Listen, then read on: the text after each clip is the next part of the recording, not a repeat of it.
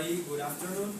We are for you. We speak to me and the team members are Jesus, Adrian, Ivan, and Luis, and we're going to talk about the Red Shoes.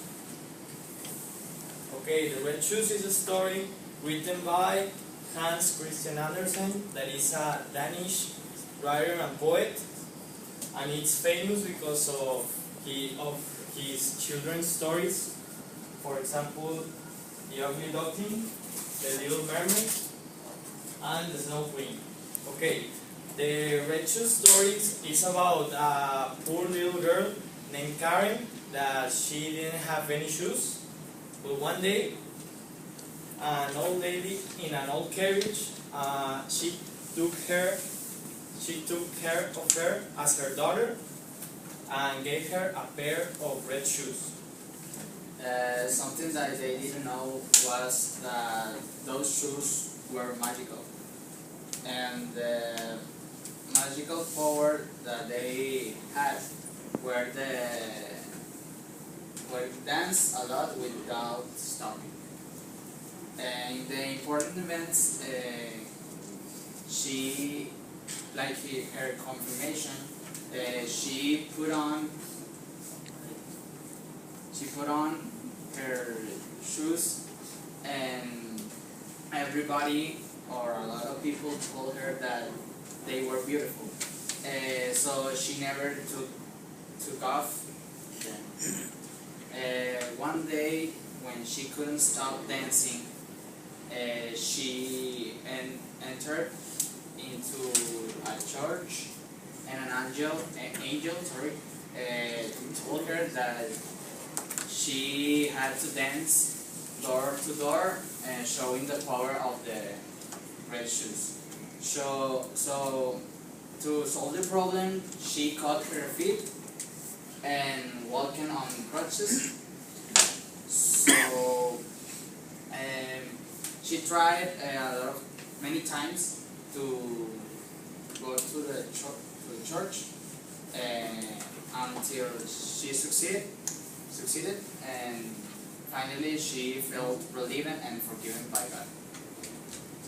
And now there are the vocabulary words. Humble is a person that is not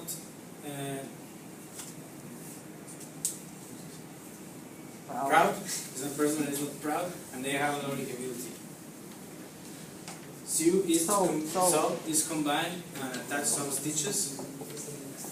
Choir is a group of people or a company of people that sing in a church or in a chapel.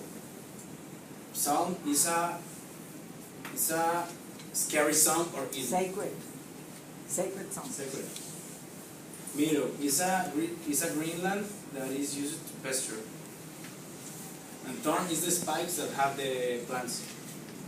Parsonage is the residence of a member of the clergy. Cupboard is a closet or a cabinet. Robe is a long, loose, flowing outer garment. Shrivel up is everything that becomes small. Forsaken, to give up.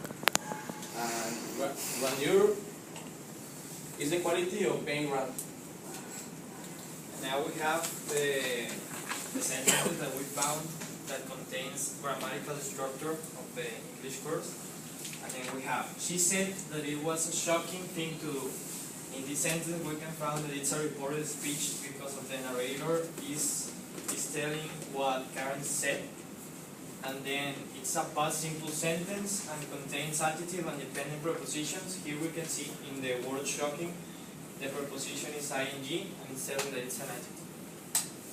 The second sentence is, it was the same one whom she had seen that night at the church door.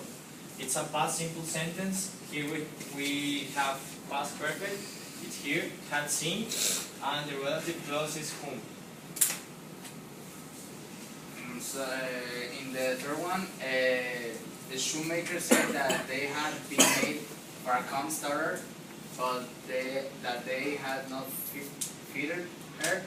It's a sentence in past perfect because they had been, and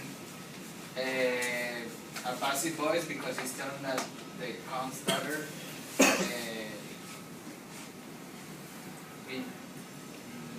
tell that The shoes have been made. the shoes have been made by the Four. accounts for accounts. And it's a report speech because the narrator is telling what the shoemaker said. And the fourth, when they had finished the eat and look it up, they noted that and said, "It was right of you to come, Karen."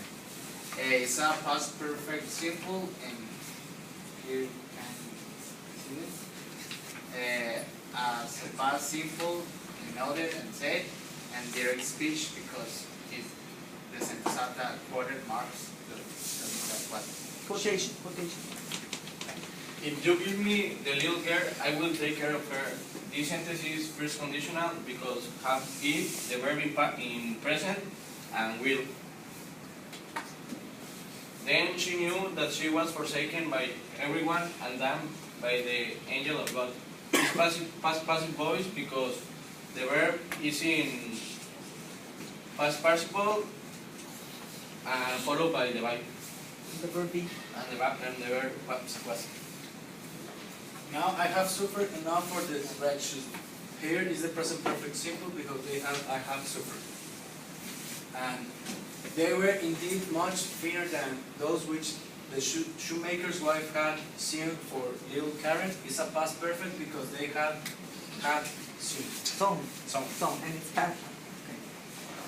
And now to conclude,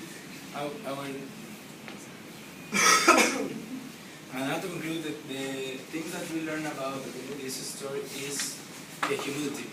Not everything that we have defines us, and sometimes we blind us about the things that really matter.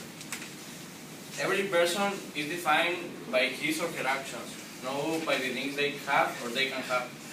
The author has good intention because makes the reader think about how they are and how they are with other people. Thank you. Excellent.